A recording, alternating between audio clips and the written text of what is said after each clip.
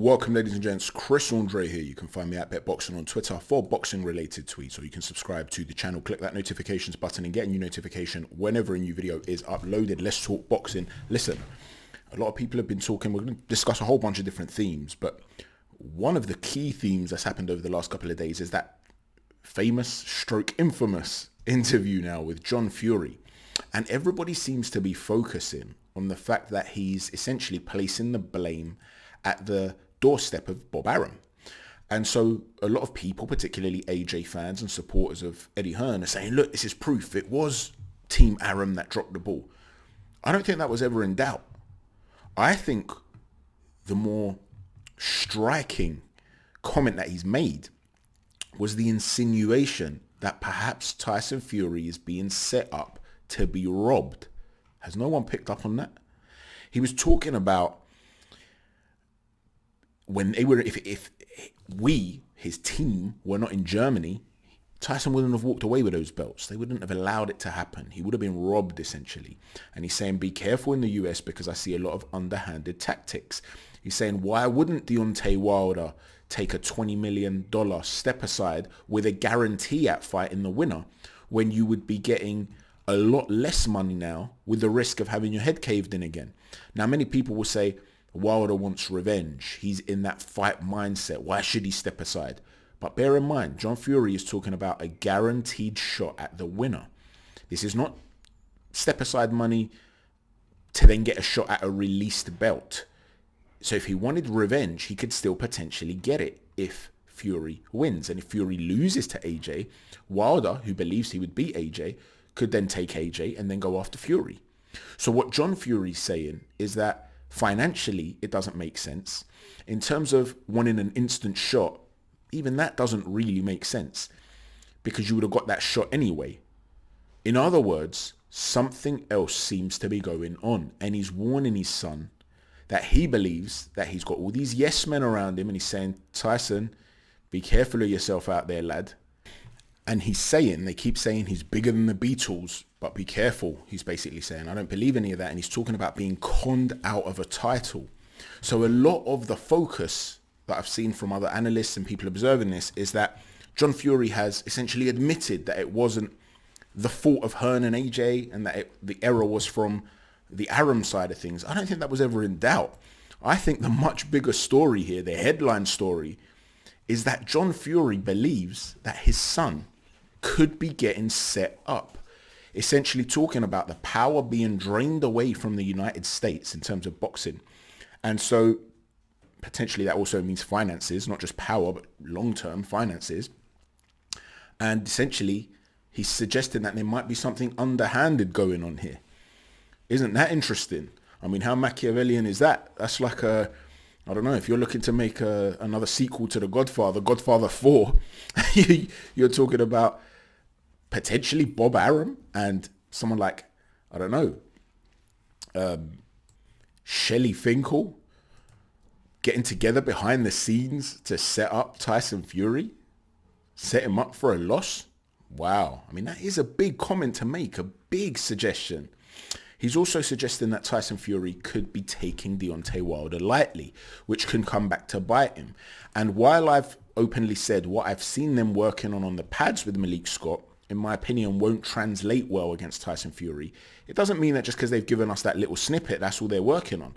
They could be working on a whole bunch of other things, and I am one of those people that feels that this is a very real and dangerous threat to Tyson Fury. This idea that just because he battered him the second time and he outboxed him the first time, that it's guaranteed he wins a third fight, to me, is completely off the mark. Deontay Wilder, whatever you say about him, he is always half a second away from winning a fight against any human being in history. Half a second, that's all it takes. He could lose every single 35 minutes and 59 seconds of a fight, and then he gets one shot in. So this is a real significant threat to Tyson Fury. And if he's not, when you're nervous and you're anxious, it can make you sharp. If you're too fearful, you can freeze, right? But if your adrenaline's pumping, it can make you sharp. And when you're dealing with split-second reactions, not many people know this, but Tyson Fury is actually, they did an HBO study on Fury, and Andre Ward was actually presenting this. And Fury's reaction times, how quickly he moves when he sees a shot coming, is actually as fast as Muhammad Ali's. How incredible is that? I can't remember the exact time it was. I think it was 0.14 of a second or something like that, something crazy. But his reaction time is as fast as Muhammad Ali's, even though he's 6'9" and weighs so much more. Now, if you're talking about an extra 0.2 seconds, say, slower, because you're not 100% sharp, when you're dealing with those margins, if you don't have that energy, that level of anxiety, I guess you could say, that isn't an anxiety that freezes you, but it's enough to give you that adrenaline to make you twitch quickly and move quickly. That's the difference between winning a fight and getting knocked out. That's the difference between a right hand whizzing past your face before you counter with something devastating of your own and actually being caught by that big shot. So as far as I'm concerned, the concerns of John Fury are very, very legitimate. But there is another potential flip side to this coin. Another Machiavellian way of observing this, and that is that maybe Tyson Fury was in on it all along, like many people are suggesting. I have never believed that, like I said, for the reasons that I've said in the past. I think there's far too much to gain for them to make the fight, and it's just not worth avoiding the fight, in my opinion. There's not enough to lose. You know, losing to Anthony Joshua and being the second best of this generation and making 150 million over 2 fights or whatever it would be is just, the trade-off's not enough for me.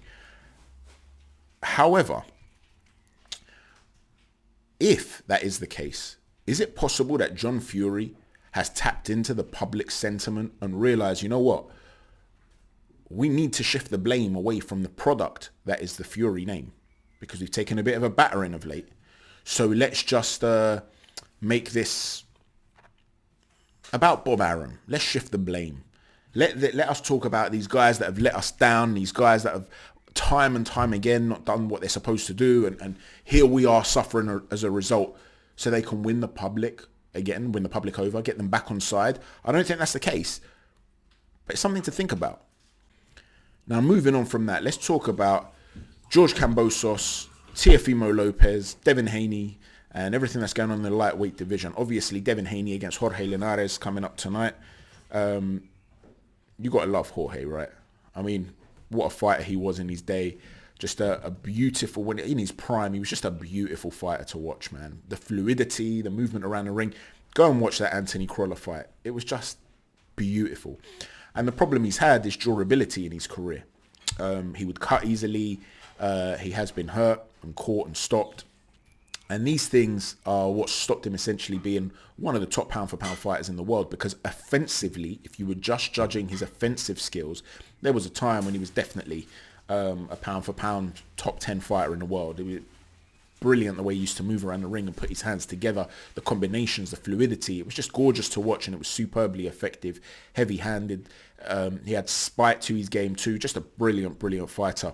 I believe he's in his 3rd weight class, and you know, he's settled now. He's established at this weight class, but it's still not a natural weight class for him, and he's reached an age now where he's not quite the same fighter. And you would expect as a result, Devin Haney, who, despite the way they're portraying him as this, you know, the WBC champion and the one guy who stands between Teofimo Lopez at the moment and undisputed, despite that, he is essentially, in my humble opinion, just an up-and-coming guy, a prospect, a brilliant prospect who may go on to establish himself as the best lightweight in the world. But if you look at his CV, is it actually better than George Kambossos'? So, you know, there was all this talk about, oh yeah, he was making out like he hadn't heard of Kambossos before. He couldn't remember his name. He was pretending when he was doing an interview. I think it was with Boxing Social, might have been IFL. He was doing an interview with one of them, and he was pretending like he didn't know who Kambossos was. Like, who's this guy Teofimo's fighting? Even though him and Kambossos have had a back and forth online for a while, because Kambossos was refusing to take a step aside money, and he was telling him to wait in line because he's the one, Kambossos, that has always demanded this shot against Teofimo Lopez. And you've got to give him credit, because regardless of what ends up happening in that fight, he's a warrior that wanted it. And him and Haney were going back and forth, and he was basically saying, who have you fought? You've not fought anybody. You're not even fighting B-rate guys. You fought a bunch of C-rate guys, and all of a sudden you're talking about a shot at the undisputed title. So they've had their war of words and they clearly know who each other are. But the point I'm making here is that one thing that I find very interesting about Kambossos is not just the mentality, but I liked the interview he gave recently where, yes, you could see the mentality, you could hear the conviction in his voice. He even offered to put his father fighting Lopez's father on the undercard of Triller. He wanted that fight to happen. And Carl Froch has spoken about him fighting with the conviction that he talks with. So he does come across as a very real guy in that regard. He does come across as intense and that he's looking to put some hurt on Teofimo Lopez. But what I liked about that interview is that I've always thought that Teofimo Lopez, fantastic athlete, okay, brilliant power, great hand speed, physically strong, brilliantly agile. I mean, the guy's doing flips in the ring. He's a supreme athlete. He's an explosive athlete though. And what you tend to see is, not tend to see, but on occasion you've seen him tire down the stretch. Now there's rumors that he's struggling to make the weight. Now if that's true, what Kambossos is going to want to do, obviously, is to get him down the stretch, see if he can tire, and then get inside. And what he was saying is, look, Lomachenko's a great little guy, but if he's still a little guy. I'm a fully fledged lightweight, and when I get inside, I'm going to do a lot more damage than Loma. Because Teofimo was talking about knocking him out in 3 rounds, and Kambossos said, you better take me out in 3 rounds because you're a 3-round fighter.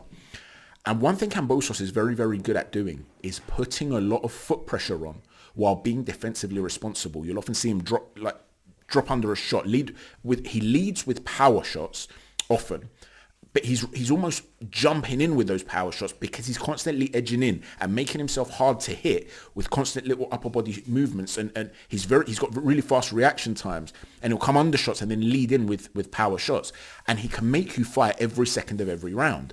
Now, forget the scorecards, the 2 split decision wins he's had over Selby and Mickey Bay. He won those fights comfortably. He won both those fights. They both should have been unanimous decisions, both against former world champions. So he's proving himself as, you know, a really good up-and-coming fighter, and he's going under the radar. If he can get Lopez into the latter rounds, who knows what could happen? There are question marks there. We don't know how he'll cope with the power and the you know, what's his chin like? You know, we don't know these things. But what I like is that he's seemingly getting his tactics right, in my humble opinion. He's going to marry that foot pressure with trying to take him down the stretch and then getting inside and doing some serious damage. So this will be a really, really good fight, in my opinion. And although this isn't obviously a breakdown video, I'm going to do a much deeper one closer to the time. The point is that the war of words in the lightweight division is not only sparking up the division, but there's a lot of interesting potential matchups here. It's starting to look really, really good, and hopefully we start to see them fight each other. But people need to start calling out guys like Garcia, guys like Haney, if they're not going to be getting in the ring with massive names. Yes, Linares is a good step up if we accept that Haney is a growing prospect. But after that Linares fight, he really needs to fight somebody in the top 10. Let me know what you think about that. Another little random piece of of news.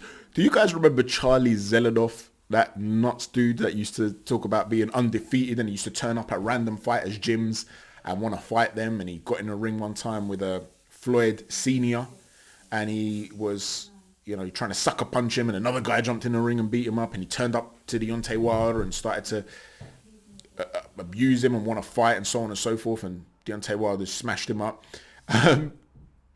He has been, well, Kim Kardashian, I can't believe I'm reporting this on this channel, right?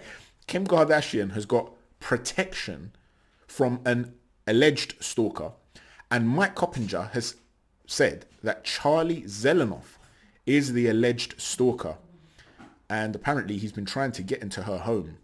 This guy needs to be sectioned, man. I've always felt sorry for him, to be honest with you, because although he might have said and done some crazy stuff, clearly he's not all there. And when you're not right in the head and you don't really know what you're doing, you need help. And this guy, seriously, man, he needs to be sectioned. But yeah, that's some random news with Charlie Zelenoff. Now, finally, I'm going to end this talking about what's going on with Alexander Usyk and some of the comments made by Eddie Hearn. Listen, I don't care what anybody says. If this fight does not go ahead, this is a straight up duck. Bear in mind, a lot of people, I've got a lot of AJ fans that started to follow this channel because I've been so praising of Anthony Joshua. I thought he was terrific against Kubrat Pulev and so on and so forth. I've been very praising of him, and I've said he's willing to fight anybody. However, just because I praise a guy doesn't mean I won't criticize him if I think it's warranted, and I do this with every fighter. I do still believe that Anthony Joshua is willing to fight anybody. And G-Man Boxing did a video where he, shout out to G-Man, where he correctly spoke about the potentials of a duck, essentially, whereby he's talking about why Eddie Hearn might want that. Not AJ, but Eddie Hearn. Eddie Hearn might want Dillian Whyte to fight him instead, because with a mandatory fight, there is no rematch clause. And as a result of there not being a rematch clause, if Usyk was to dethrone Anthony Joshua, he could then walk away and go down another path without AJ getting the rematch. Usyk is no longer contractually obliged to Eddie Hearn at all.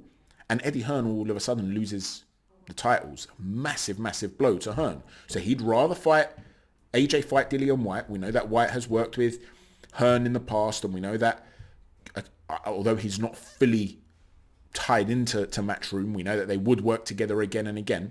And based on that, it keeps Eddie Hearn's investment safe. Now, I do agree with G-Man. I think that's the more likely potential if the Usyk fight does not happen. However, there comes a point where Anthony Joshua himself has to step up to the mark and say, these are my belts. I'm not willing to give them up.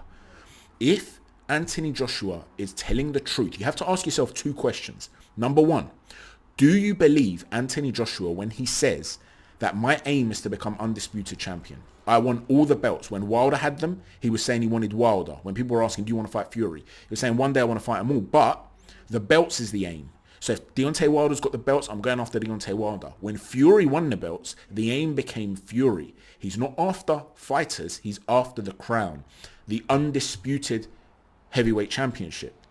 Now, do you believe him when he tells you that?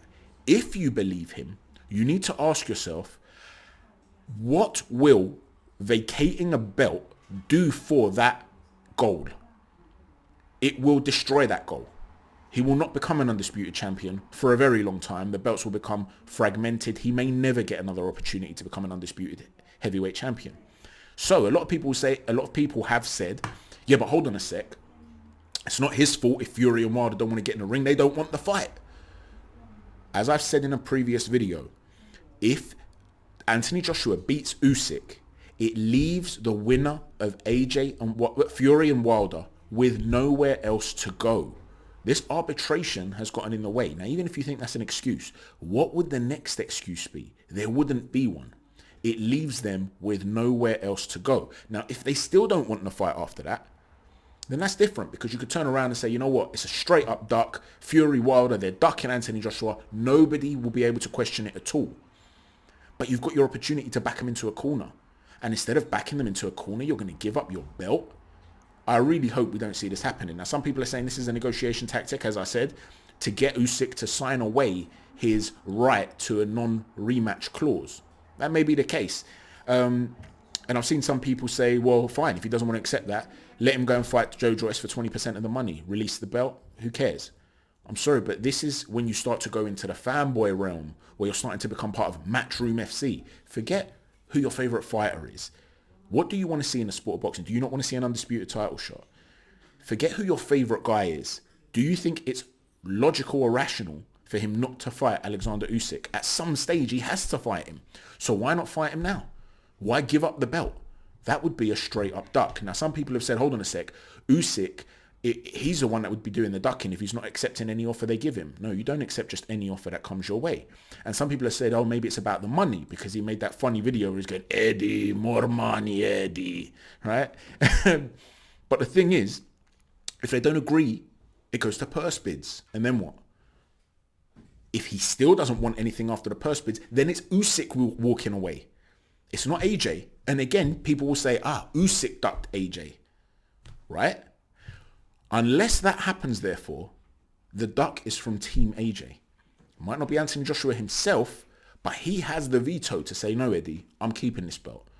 Eddie has said time and time again, I work for Joshua, not the other way around. Let me know what you think, everyone. Thanks for watching. Chat to you soon. Take care. God bless. Please hit that subscribe button and that all-important notification button. so that you get notifications whenever a new video is uploaded. And hit that like button too. It does make a difference. Thanks everyone. Chat to you soon. God bless.